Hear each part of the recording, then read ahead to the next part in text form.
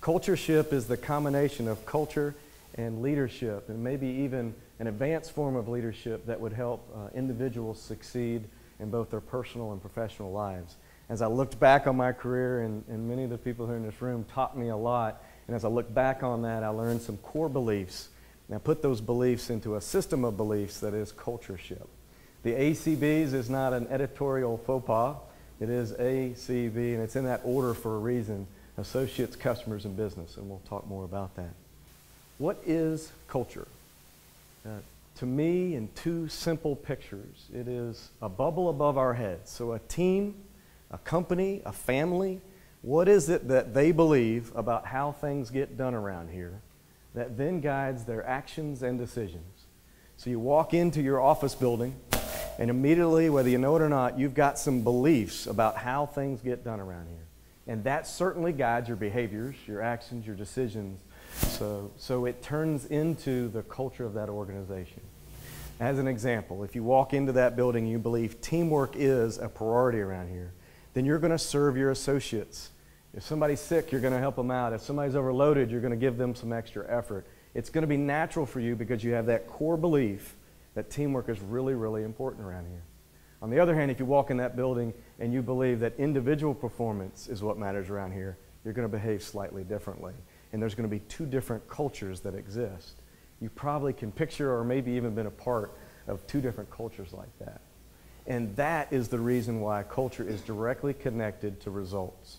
I firmly believe, through many different examples and lessons in my life, that culture is the greatest driver of business results. So the question becomes, how do you actually drive culture? This little purple dude flying in is the answer to that question. Every person in the culture, that's what this purple dude represents. Every associate in the culture has the opportunity to impact the culture because of the experiences they provide each other. As they walk, as they talk, as they do things, there are people in that culture, in that team, in that company, in that family that are watching. And that person, every one of the people in that team, influences each other about how things get done around here. But more importantly, and in some cases most importantly, the leader is the greatest influence on the culture. The leader, compared to the other associates, has authority. And because they have authority, they have a much greater influence. And so, what is the leader doing to build that culture? Who do they go to lunch with every day? Who do they not go to lunch with? Who comes in their office when they make a decision? Who's excluded from those decisions? All of those things have a huge impact, huge influence on how things get done around here. But the leader not only impacts the bubble above the head, the leader also impacts the actions of our feet. The leader, if they're conscious about culture, can arm that culture in a substantial way. What we want, what every leader should want, is that the associates own the culture. There's a huge difference between the leader having the ultimate responsibility and the associates owning the culture. And the difference is what I would call legacy. As a leader is in an organization, builds a high-performing culture, if that culture is all about them, when they leave, what happens? The culture goes, right?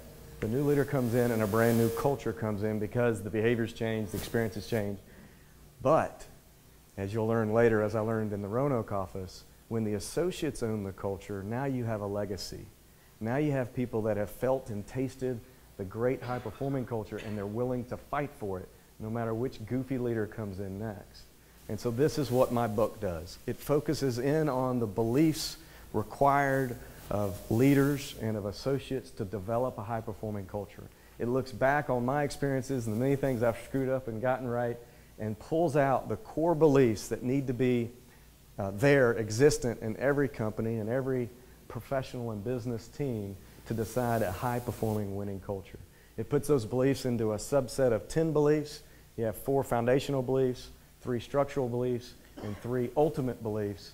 And then you get the tools and stories behind it to help you live those beliefs yourself.